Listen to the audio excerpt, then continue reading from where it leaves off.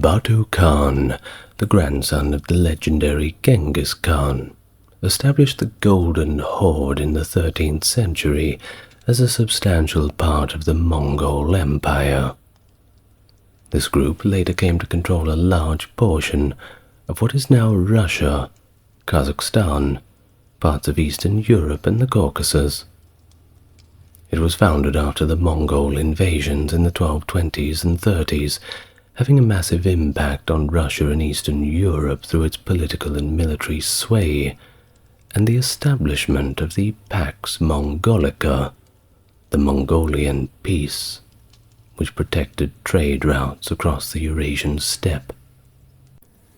As a result of the extensive trade and cultural interactions that took place between Europe and Asia during this time, the Horde itself became a linguistic and cultural melting pot that by the 13th century had eventually embraced Islam. It was a legacy that impacted the rise of the Russian Tsardom and the surrounding region's political and cultural landscapes that was left behind when it was fragmented and eventually disintegrated by the end of the 16th century due to internal strife and external pressure. Welcome to the channel, everyone. For those newcomers, good to meet you. Good to see those returning. Today we're going to talk about the Golden Horde. You may have heard of the name of it. It's a little bit of a complicated topic, but as always we're going to take it very slowly, going all the way from the start, all the way to the end, with all of the little details. Now, supporting the channel is as easy as enjoying the content, whichever way you like. But the like and subscribe button helps push it out to more people, and there's also a few links in the description if you feel inclined to look. But as always, don't worry about that for now. Let's just get nice and relaxed. It's going to be a long one. The year is 1227, and Genghis Khan, upon his death, distributed the Mongol Empire, as grand as it was, among his 4 sons. Yet the empire remained consolidated under the Supreme Khan. Of the 4 sons of Genghis Khan, Jochi was the oldest. However, he passed away 6 months prior to Genghis. The Mongols were allocated the westernmost territories, encompassing present-day southern Russia and Kazakhstan, and these lands were bestowed upon Jochi's eldest sons, Batu Khan, who later assumed control of the Blue Horde, and Orda Khan, who became the leader of the White Horde. In 1235, Batu, accompanied by the esteemed general Subutai, initiated a military campaign towards the west, initially subjugating the Bashkirs and eventually advancing towards Volga, Bulgaria in 1236.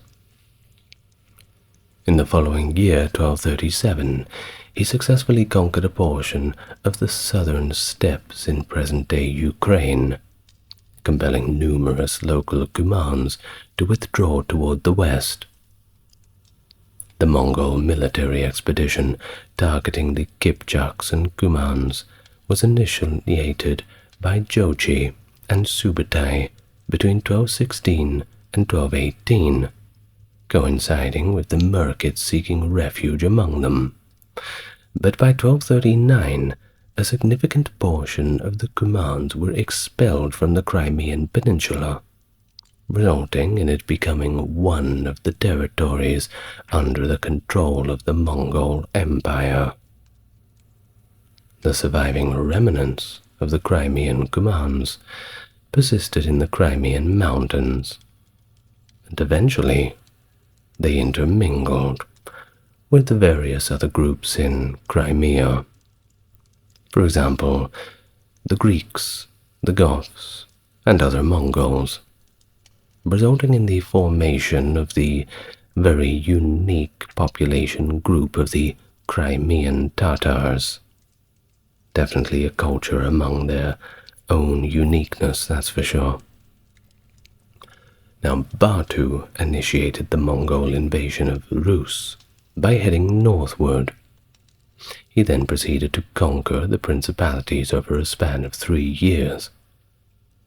Meanwhile, his 3 cousins, Kadan, Monka, and Guyuk, ventured southwards into Alania. Exploiting the migration of the commands as their casus belli, a war justification, the Mongols proceeded towards the west, and they launched attacks on Poland and Hungary. These military campaigns resulted in Mongol triumphs at Legnica and Mohi. However, in 1241, Ogedei Khan passed away. He was in Mongolia at the time. So, Batu abandoned his siege of Vienna, but he chose not to go back to Mongolia. It was a little bit too long of a trip anyway. He decided to remain at the Volga River, right out there on the front lines. Orda's brother returned to participate in the process of inheriting power. The Mongol armies would not venture as far west again, and in 1242, Batu, having retreated through Hungary and destroyed Pest, as well as subjugated Bulgaria, established his capital at Sarai. Sarai was a city located on the lower stretch of the Volga River, specifically on the site where the Khazar capital of Atil once stood. Prior to that, Shiban, the younger sibling of Batu and Orda, was granted his own vast territory east of the Ural Mountains, encompassing the rivers Ob and Irtish. Now, although at the court of Batu the Mongolian language was commonly spoken, there are very few surviving texts in Mongolian that were written within the territory of the Golden Horde, and that's a real shame, isn't it? It might be due to the widespread illiteracy among the population, but Grigor Ev states that Yarlik, which refers to the decrees of the Khans, were initially written in Mongol and subsequently translated into the Kuman language. The presence of Arabic Mongol and Persian Mongol dictionaries, which were created in the 14th century specifically for the Egyptian Mamluk Sultanate, shows a practical necessity for these resources in chancelleries responsible for managing the correspondence with the Mongols of the Golden Horde. So, it is logical that we can deduce that the letters received by the Mamluks, or possibly even those that were written by the Mamluks themselves, must have been in the Mongol language. Well, when the great Khatun Toregen extended an invitation to Batu to participate in the selection of the next emperor of the empire in 1242, he chose not to attend the Kurultai, which is kind of like a meeting of Mongolian leadership, and instead remained at the Volga River. Despite Batu's claim of being afflicted by old age and illness, it appears that he did not endorse the election of Guyuk Khan. Guyuk and Buri, both descendants of Chagatai Khan, engaged in a fierce dispute with Batu during a celebratory feast amidst the Mongol conquest of Eastern Europe, ruining the entire party, one would assume. In 1246 he dispatched his siblings to the Kurultai, where the Mongols' new Khagan was chosen. Yaroslav II of Vladimir, Daniel of Galicia, and Sviatoslav III of Vladimir, along with other senior princes of Rus, all recognized and accepted Batu's authority as superior. Initially, Batu commanded Daniel to transfer control of Galicia to the Mongols, But Daniel in 1245 personally traveled to meet Batu, and he swore loyalty to him. Upon his return, Daniel displayed clear signs of being influenced by the Mongols. He outfitted his army in the same manner as the Mongols did, providing his horsemen with cuirasses of the Mongol style, and protecting their mounts with armor for the shoulders, chest, and head. Michael of Chernigov, who had assassinated a Mongol ambassador in 1240, declined to demonstrate submission, and he was put to death in 1246. Some tolerance, huh? Well, in 1247, Batu dispatched Yaroslav II, Andrei II of Vladimir, and Alexander Nevsky to Karakorum in Mongolia, in response to Guyuk's repeated summons for homage. Yaroslav did not come back, and passed away in Mongolia. Now it's likely that Turagin Khatun poisoned him. Likely, not proven. Possibly out of resentment towards Batu and even her own son Guyuk, due to his disapproval of her regency. Guyuk designated Andrei as the Grand Prince of Vladimir, while Alexander was bestowed with the princely title of Kiev. Upon their return, Andrei sought out Vladimir, while Alexander opted to return to Novgorod instead. A bishop named Cyril visited Kiev and discovered that the city was severely damaged. As a result, he decided to simply leave the area and continue his journey toward the eastern regions.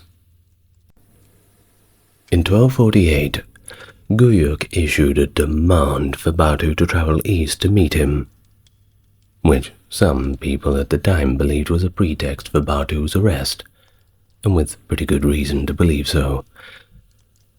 Well, either way, he didn't have much of a choice, so conforming to the directive, Batu advanced, accompanied by a substantial military force.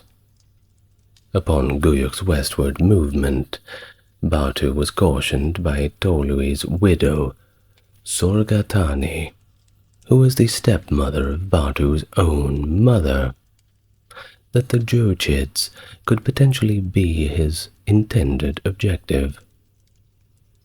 Guyuk, however, perished en route, in present-day Xinjiang, at approximately 42 years of age. Now, I suppose we have to mention that while certain contemporary historians argue that his demise resulted from natural causes due to declining health, it is also plausible that he succumbed to the compound consequences of alcoholism and gout together at last, or potentially falling victim to poisoning, which was the style of the time. According to William of Rubric and a Muslim chronicler, Batu is said to have killed the imperial envoy, and one of his brothers is believed to have murdered the great Khan Guyuk. However, these claims lack full confirmation from other reliable sources. Ogul Kamish, the widow of Guyuk, assumed the role of regent. However, she was unsuccessful in maintaining the succession with her own lineage. So, with the aid of Batu, Mongkur ascended to the position of Great Khan in 1251.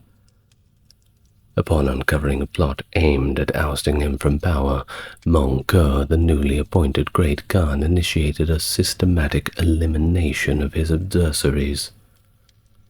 The estimated death toll of aristocrats, officials, and Mongol commanders varies. Some people put it at 77. Others say it's up to 300. I suppose we'll never really know, unless we find a giant pit of bones somewhere with very fancy clothes on them, while Batu's close relationship with Mongol solidified his position as the most influential figure in the Mongol Empire, and it effectively guaranteed the cohesion of the realm. Batu, Mongol, and other noble lineages jointly governed the region spanning from Afghanistan to Turkey. Batu granted Mongol census takers unrestricted access within his domain. Regional censuses were conducted in the 1240s, encompassing the territories of Russia and Turkey. Between 1251 and 1259, Mongol carried out the initial comprehensive census of the Mongol Empire.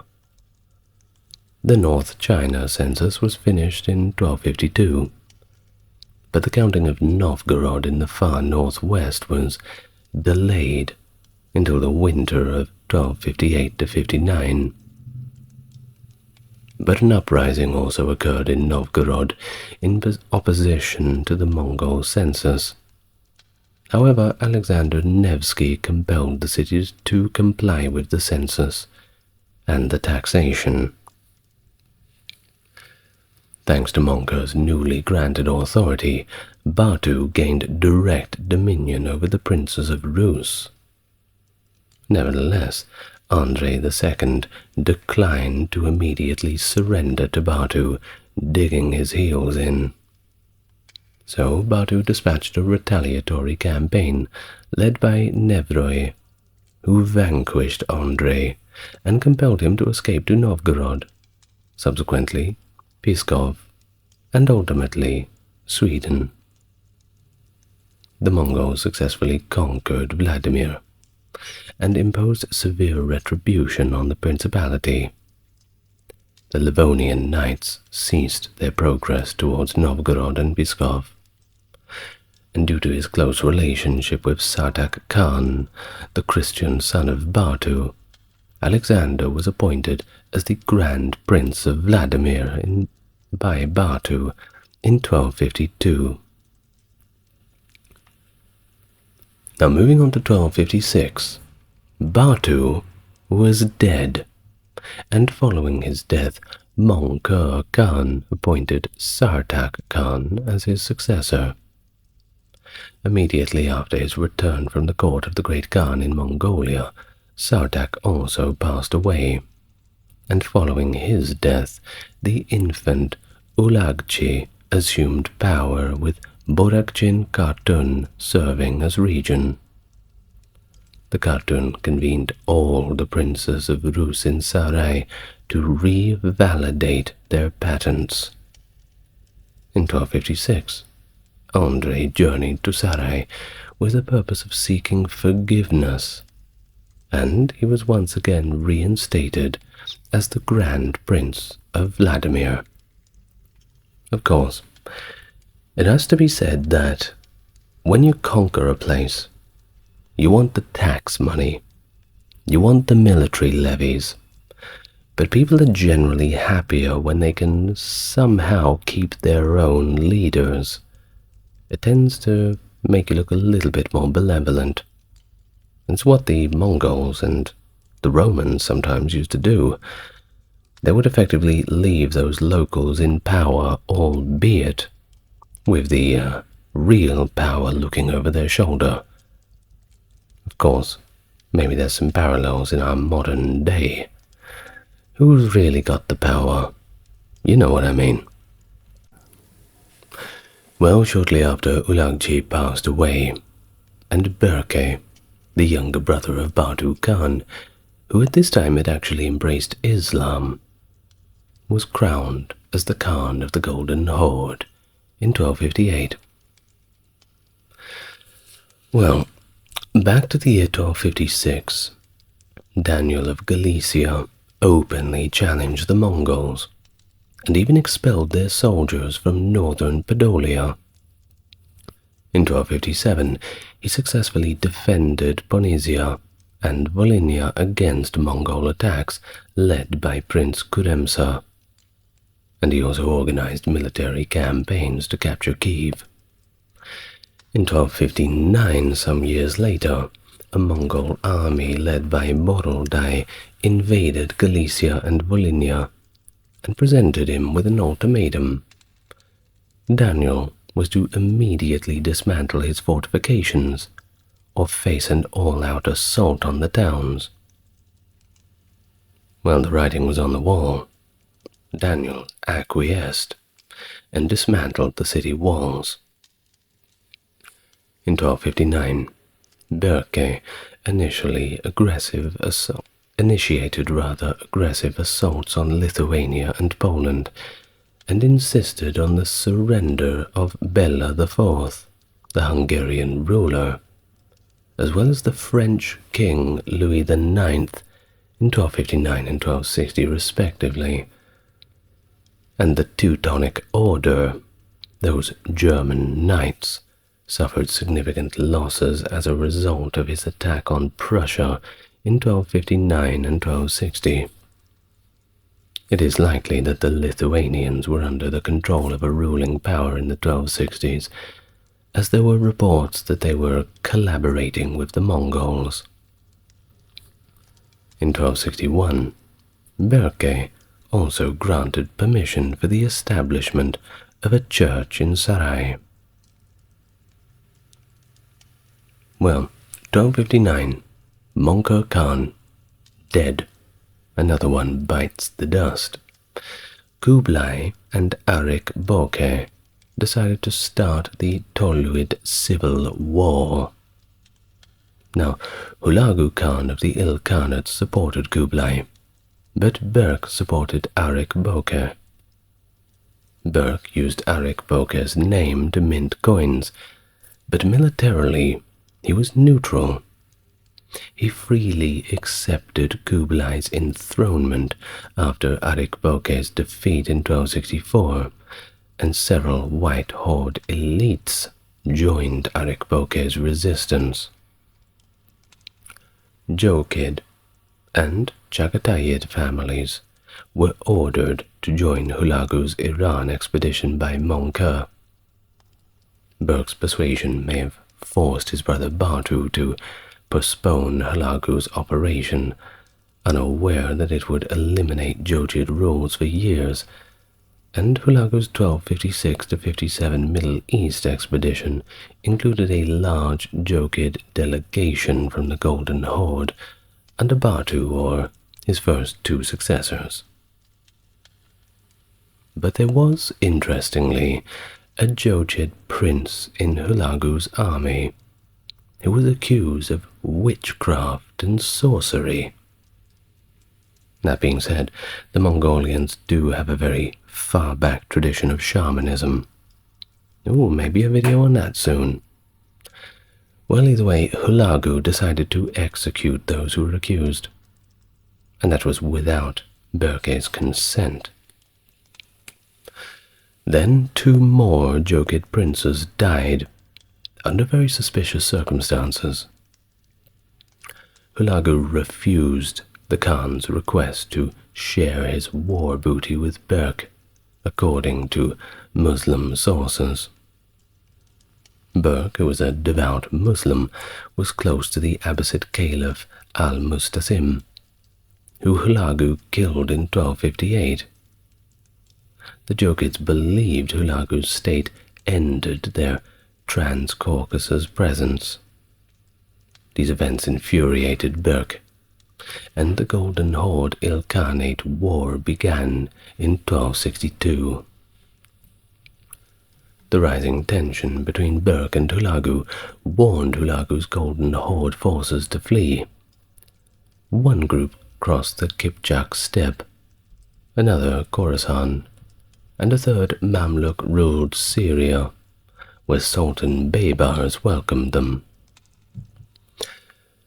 Hulagu severely punished the Iranian Golden Horde army, and Berke and Baybars allied with the Mamluks to attack Hulagu. The Golden Horde sent young Prince Nogai to invade the Ilkhanate, but Hulagu stopped him in 1262. The Ilkhanate army crossed the Terek River and captured an empty Jokid camp, but Nogai's forces surprised them and they were defeated. At this same battle, many tried to flee across the Terek River, which was frozen over, but not frozen enough. The ice broke, and many drowned. Berke was irritated by Suzdal's rebellion, which killed Mongol darugachis and tax collectors. Thus, Berke planned a harsh expedition. He caved after Alexander Nevsky begged him, however, not to punish his people, and Vladimir Suzdal's cities paid a large indemnity. Money talks.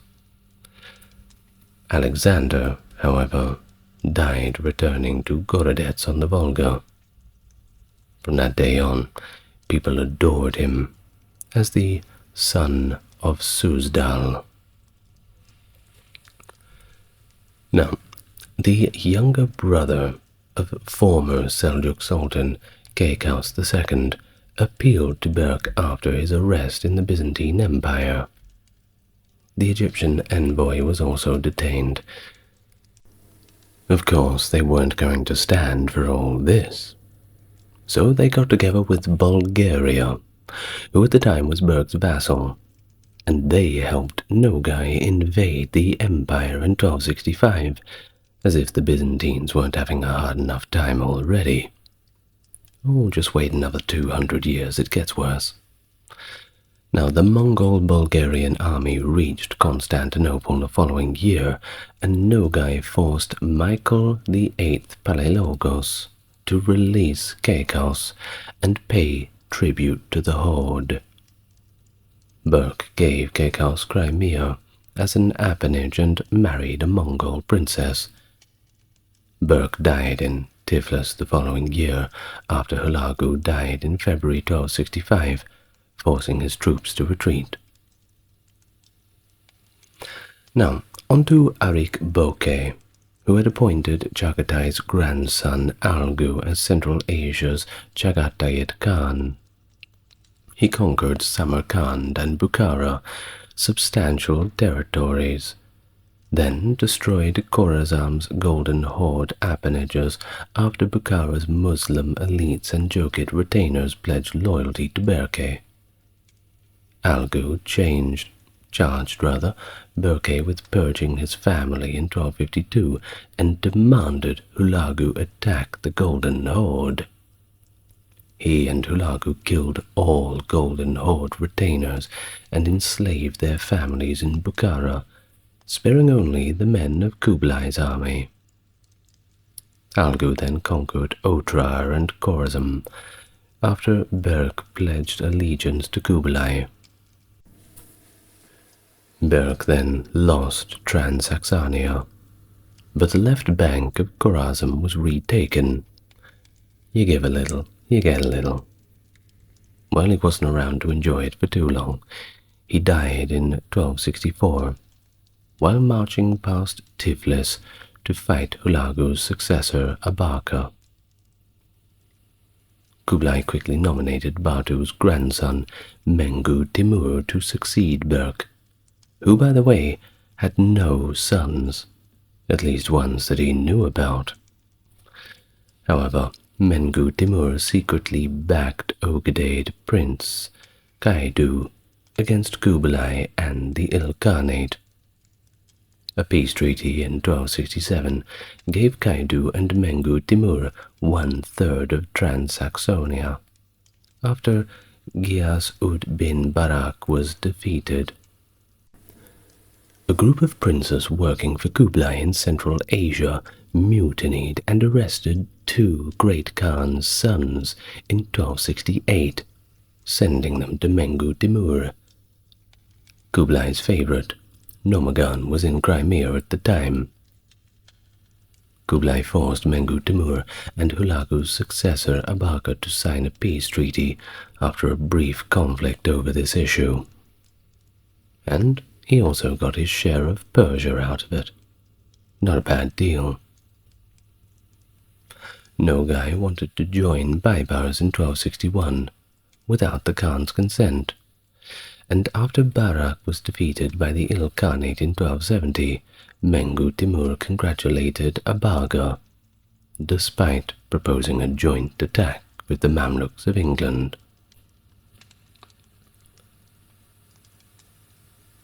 Now, Mengu-Timur attacked the Alans north of the Caucasus in 1277. The Mongol army and some princes were ordered to join him in his expedition to take Datakov, and the Alans fortified the stronghold in 1278. After his Ossetian expedition, Mengu-Timur focused on the Byzantine Empire and Egypt in an attempt to weaken Nogai. After Constantine of Bulgaria died in the same year, 1277, Michael VIII and Nogai supported different candidates to the throne, which certainly strained relations. When Mengu-Timur and Metropolitan Kirill intervened in Balkan affairs, they sent Bishop Theognost as their joint envoy to Michael VIII and the Patriarch of Constantinople, with gifts and letters. The Muslim brother Tode Monkur succeeded Mengu-Timur in 1281. However, Nogai Khan was strong enough to rule alone. Thus, the two Khans ruled over the Golden Horde. Tode Monkur reconciled with Kublai, returned his sons, and acknowledged his supremacy. Yuan and Ilkhanate peace was also reached by Nogai and Kochu, Khan of the White Horde and the son of Orda Khan. Tode Monkur wrote to the Mamluks proposing to fight the Ilkhanate, their common enemy, and this suggests that he was interested in Ilkhan-ruled Azerbaijan and Georgia. Thus, Nogai raided Bulgaria and Lithuania in the 1270s. He stopped Michael Anson II in Drastar in 1279, executed Ivailo in 1280, and exiled George Terter I to the Byzantine Empire in 1292, a long and bloody campaign for sure. During the Mongol invasions of Bulgaria after switching friendships in 1284, Sachi was ruled by a Khan, whose coins were struck, and we have quite a few of them. Nogai made Smilets Bulgarian emperor, a more favorable ally to the Mongol cause. Now, in terms of the height of Mongol rule in Bulgaria, this was certainly under the reign of Smilet. Very, very one-sided. A yes man, that's for sure. Well, after his expulsion of local boyars in 1295, the Mongols launched another invasion to safeguard their protege. And in 1287, Nogai forced the Serbian king Stefan Milutin to accept Mongol rule, and took his son Stefan Dekanski as a hostage just to make sure that the agreement went through as promised.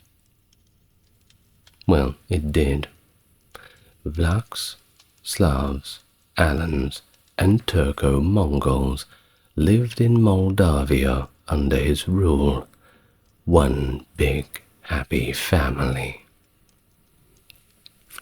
Nogai's influence in the Golden Horde also grew. He supported princes like Dmitri of Pereslav, who refused to visit Tode Monkur in Sarai, while his brother Andrei of Gorodets sought his help. Nogai promised to help Dmitri win the Grand Princely throne. After hearing this, Andrei gave up Vladimir and Novgorod and returned to Gorodets. He took Vladimir from Dmitri with Tode Monkur's Mongol troops. and the Mongol troops from Nogai helped Dmitry retake his holdings eventually, and then he expelled Andrei's Borogin prince-led Mongol army from Vladimir in 1285, the constant yo-yoing of the region. Mengu-Timur at this time, in 1283, became a devout Muslim and decided to leave politics altogether, in a kind of midlife crisis sort of situation. In fact, rumors had spread that the Khan was mentally ill and only cared to talk with clerics and sheikhs. Well, at the same time, Nogai and Talabuga invaded Hungary in 1285, Nogai conquering Slovakia, but Talabuga stalled north of the Carpathians. Talabuga's soldiers sacked Galicia and Volhynia in their anger, then ravaging Poland in 1286.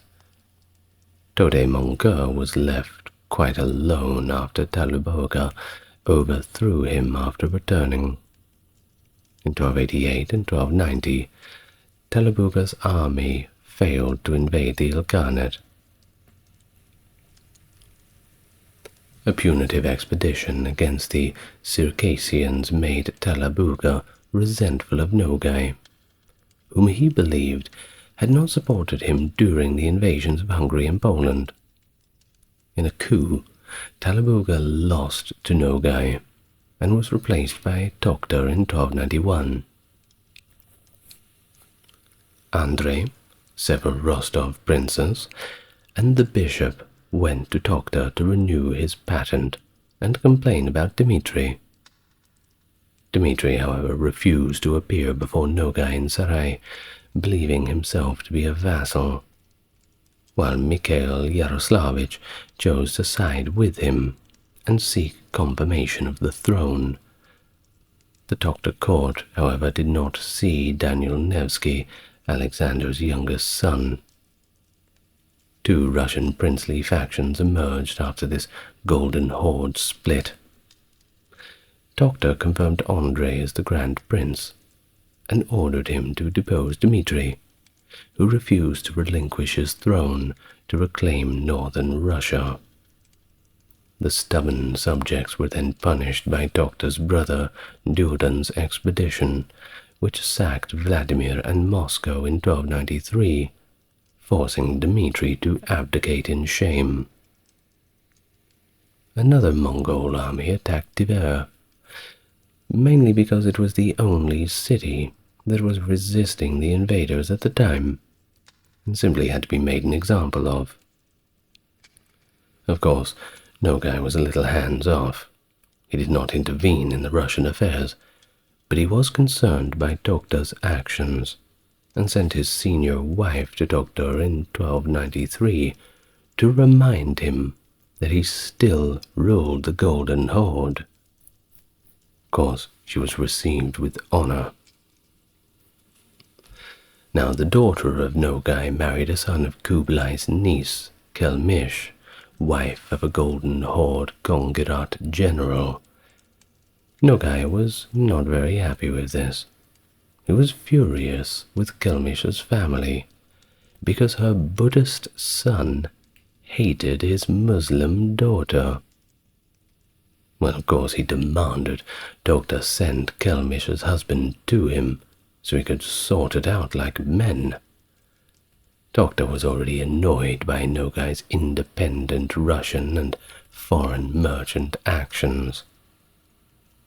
Well, Toqta refused and decided to attack Nogai again. But he lost their first fight.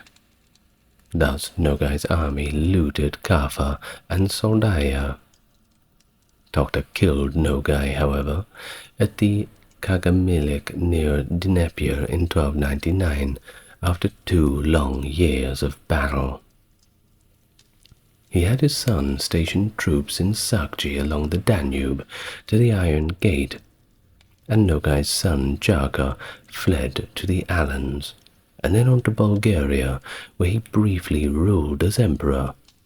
before, like so many others, being assassinated by one Theodore Svetoslav, ordered specifically by Toqta. Well, following the death of Mengu-Timur, the Golden Horde rulers withdrew their support from Kaidu, the head of the House of Ogedei. Kaidu attempted to retain power in the Golden Horde by supporting his own candidate, Kubeleg, against Bayan, Khan of the White Horde.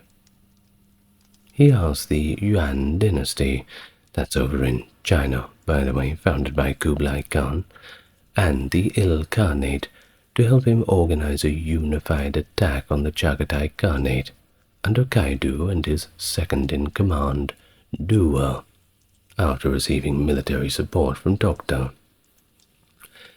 However, the Yuan court was not as excited about this idea, and fobbed them off for various reasons, ultimately telling them that at this time they could not provide immediate military aid. It didn't help that at the same time the Black Sea region experienced a severe drought from 1300 to 1302, and under Toqta, however, the Golden Horde's problems were quickly resolved. Nogai Khan's followers, however, fled to Podolia, or stayed with Toqta to form the Nogai Horde after his defeat. Through Maria, Andronikos II Palaiologos' illegitimate daughter, Toqta formed the Byzantine-Mongol alliance. Western Europe at the time was hearing that Toqta was a pro-Christian ruler, and that's a pretty good deal, especially with what they were facing at that time. Memories of failed crusades. In fact, a lot of the Crusaders were hoping for an alliance with the Mongols. Of course, the Muslims were hoping for the same thing. Well, Toqta worshipped Buddhism, by the way, and Tengurism, which is the native religion to the Mongols. Kind of like how Shintoism is native to the Japanese. It's very much tied to their land and individual circumstances. And of course, Toqta was one of the adherents, and he also favored religious men of all faiths, but among all of them, he preferred Muslims the most. At least, that is what the Muslim sources tell us. So, take that with a grain of salt. And now we arrive in the autumn of 1304, as Toqta organized a new princes' conference in Pereslav-Zaleski, attended by leading princes like Andrei of Vladimir, Mikhail of Tver, and Yuri of Moscow. He also attended the Russian Orthodox Church Metropolitan Mass. Toqta may have wanted to change the political organization of his Russian Ulus, but the Russian annals only recorded the prince's relations, while Arab and Persian chroniclers focused on the Golden Horde's relations with Egypt and Iran. It was likely that Toqta wanted to abolish Vladimir's Grand Principality and put all Russian princes on par with his vassals, assigning each one a specific area. Uzbeg Khan, who took the throne in 1313, some 9 years later, made Islam the state religion. He even built a large mosque in Solkat, Crimea, and even banned Buddhism and shamanism among Golden Horde Mongols. Not cool, if you ask me. By 1315, he had effectively Islamicized the Horde, eliminating Jochid princes and Buddhist lamas who opposed his religious policy. During his reign, trade caravans went peacefully, and the Golden Horde was quite in order, so you have to give him credit for that. In fact, you may know the name Ibn Battuta.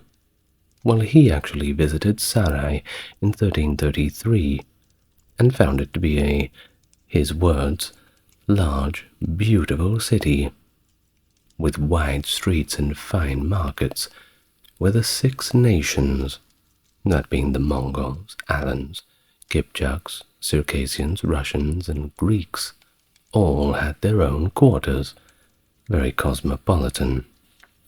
They even had an exclusive walled city section just for merchants. Uzbeg renewed the Mamluk alliance started by Berke and his predecessors. He was friendly with Cairo's Mamluk Sultan and the Caliph. Jokid Princess Tulun Bey married the Egyptian Sultan al-Nasir Muhammad in 1320, and after their divorce in 1327, she married one of al-Nasir Muhammad's commanders. After learning of this divorce in 1334 to 35, Uzbeg sent an angry message. There was somebody they forgot to ask. Well, Tulanbay lived until 1340, but al-Nasir Muhammad showed his ambassadors fake legal documents to prove that she had died. Certainly takes the heat off. You don't want too many people with eyes on you. Best to just be left alone in that situation. Well, Abu Sa'id's Golden Horde invaded the Ilkhanate in 1318 to 35, and in 1326 Uzbeg resumed friendly relations with the Yuan dynasty over in China, and he even began paying tributes and sending a few little gifts. After all, he was on the west end of the Silk Road. Well, back to 1319, when Uzbeg's army of over, reportedly 300,000, raided Thrace to support Bulgaria's war against Byzantium and Serbia. The Golden Horde raided the Byzantine Empire under Andronicus II Palaiologos and Andronicus III between 1320 and 41, and even occupied Vicina Macaria. Well, after marrying Andronicus III's illegitimate daughter, Baialan, Uzbeg established more friendly relations with the Byzantine Empire, for a short time at least, but he never returned. Now, in 1316, Grand Prince Mikhail Yaroslavich defeated the party in Novgorod with Uzbeg's help. As Mikhail asserted his authority, his rival, Yuri of Moscow, wooed Uzbeg, appointing him as Grand Prince and marrying his sister Konchak. Yuri was defeated by Mikhail after ravaging Tiver's village, and his new wife and Mongol general Kaukati were also captured. Now, comparing him to Toqta, Uzbeg's approach to Russian affairs was, well, let's say it's less constructive, aiming to prevent a unified state and maintain balance between princes, particularly between Tver and Moscow. The Tver uprising of 1327 led Uzbeg to support Moscow as the leading Russian state. Thus he limited Moscow's power by patenting the grand princely title to Alexander of Suzdal, and Ivan I was appointed as Grand Prince 4 years later after Alexander's death. This positive relationship led to the Moscow region prospering and experiencing rapid population growth. But once again, all with the Khanate leering over their shoulders. Now, after the Mongols weakened Galicia and Volhynia, the Lithuanian Grand Dukes built a strong army and administration, united the Lithuanian and Belarusian provinces under their rule. After Yuri's death in 1308, Gediminas of Lithuania took Kiev and made his brother Fedor prince, but the principality continued to pay tribute to the Khan. Uzbeg intervened to stop Poland and Lithuania from pursuing their plans after Yuri II married a daughter of Gediminas and possibly gifted her to a son of the family. Uzbeg in 1314 granted Franciscans permission to proselytize in Crimea, and even allowed Christian Genoese, a great naval power of the time, to settle in the region. However, the Mongols did raise their outpost, Sudak in 1322, and Pope John the 22nd asked Uzbeg to rebuild the Roman Catholic churches. In 1339, he made a trade treaty with the Genoese, allowing them to rebuild Kaffa's walls, and in 1332 the Venetians colonized Tanais on the Don. Tinibeg, Uzbeg's eldest son, briefly ruled from 1341 to 42, before his younger brother Yani Beg took over. It wasn't long after this that the Golden Horde's economic decline was beginning to show its face. It was largely caused by the Black Death of the 1340s, but also a little bit of an overlooked reason was the 1345 Crimean earthquake, which was also quite a shock, I suppose you can say. Well, Yani Beg supported Moscow against Lithuania and Poland at this time, financing Mongol Rus military expeditions against them, even though things were not looking good in terms of the money side of things. He still marched against Poland, though, in 1344, and financed Mongol Rus military expeditions against Lithuania and Poland. Yani Beg conquered Tabriz in 1356, ending Chobanid rule in the Chagatai Khaganate. But he was murdered by his son, Berdi Beg. I love these names. Berdi Beg. That's great. And he also lost Azerbaijan to Jalayir King Sheikh Uvais in 1357.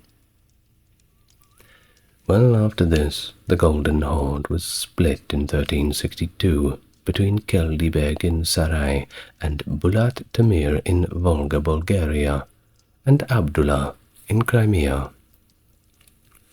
Mamai, a powerful Mongol general, supported Abdullah, but they failed to take back Sarai. He then faced the Nizhny Novgorod rebellion, hiring Genoese, Circassian, and Alan mercenaries to attack Moscow again in 1380. Now, back in 1360, Urus Khan established court in Signak and conquered Sarai West in 1372. His nephew, Toqta left Urus for Timur, who later lost the battle and fled to Samarkand. Toqta then took Sarai in 1378, and by the 1380s, the Shabanids and Kashan tried to overthrow the Khan. Back to 1381, Toqta defeated Mamai, briefly restoring the Golden Horde as a regional power. However, after Mamai fled, the Genoese found him and killed him. Toqta sent an envoy to the Russian states to resume tributary status, but was stopped in Nizhny Novgorod. He seized all Volga boats and began the siege of Moscow in 1382, which ended after 3 days of a false truce. The next year, most Russian princes bowed to the Khan and received patents. Toqta defeated the Lithuanian army at Poltava, and the Grand Duke of Lithuania and the King of Poland, Vladislav II Jagiello, acknowledged his supremacy, paying tribute in exchange for Russian territory. He then invaded Azerbaijan in 1386 and took the Brits, later invading Transoxania and Bukhara. Timur defeated Toqtamish's army at Sirdaria in 1389, and in 1394 destroyed Shirvan. He then appointed Korejak sovereign of the White Horde, Timur Kutluk Khan of Sarai, and Edgu as co-ruler. Toqtamish fled to Lithuania and proposed suzerainty over the Russian lands in exchange for help retaking the Golden Horde. The Khanate of Seville was ruled by a dynasty that originated with Taibuga in 1405. After the death of Uzbeg Khan, Udul Kakir Khan in 1428, that Khanate split in two, with Shaibanid Ibak Khan and Taibugig Muhammad at the fortress of Sibir. In 1419, the Golden Horde had functionally ceased to exist, with Ulugh Muhammad as Khan of whatever remained. His authority was, however, limited to the lower banks of the Volga, where Toqtamish's other son, Kepek, also reigned. The Grand Duchy of Lithuania replaced the Golden Horde's influence in Eastern Europe. Eventually, what remained of the Golden Horde was subjugated by the Crimean Khanate, finally sacking Sarai in 1502. Well, the last Khan of the Horde, Sheikh Ahmed, didn't die in some glorious battle. No last stand with a body full of barbed arrows and wounds. No, he died in a dirty old prison in Kaunas after 1504. Yeah, not the climactic end that you were expecting. But sometimes that's just how it goes. Now, I'm going to thank my top-tier patrons, Britt, Charles, Stark Factory, JC, Jeffrey, Wendy, Tim, James, Aaron, Scott, Dark, Ben, and Melissa. Thank you all for joining me tonight, and I will see you in the next video. Good night, everyone. Lots of love to you all.